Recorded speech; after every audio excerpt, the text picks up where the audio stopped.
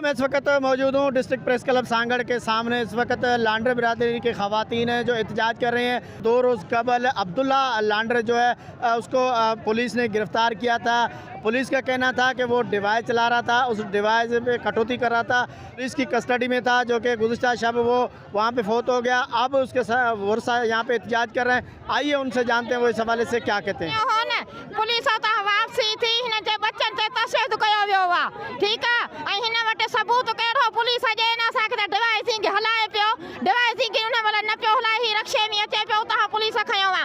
सांगड़ जी police Mario हुआ थुॾा हणी थाणे में रात जो 4 बजे। उन महिल छा चयो वियो हुआ, अटैक थियो हुआ। डीएसपी सीआईजी केरु हुजे, असांखे हिते इंसाफ़ न खपियो, असां हिते ई वेठा हूंदासीं। घिड़ी आया पुलिस अंदर त हिनखे चई अब्दुल्ला जी माई किथे आहे, असां अब्दुल्ला जी माई कोन ॾिनी। वरी अंदर जांचूसीं कयूं, का शइ मिली कोन। ॿिनि मुंहिंजनि भाउरनि खे धका पियो हणे। मूं हुन सां 7 कसम खाया त मूंखे 6 बचनि जो कसम आहे, न की डिवाइस आहे न की कार्ड।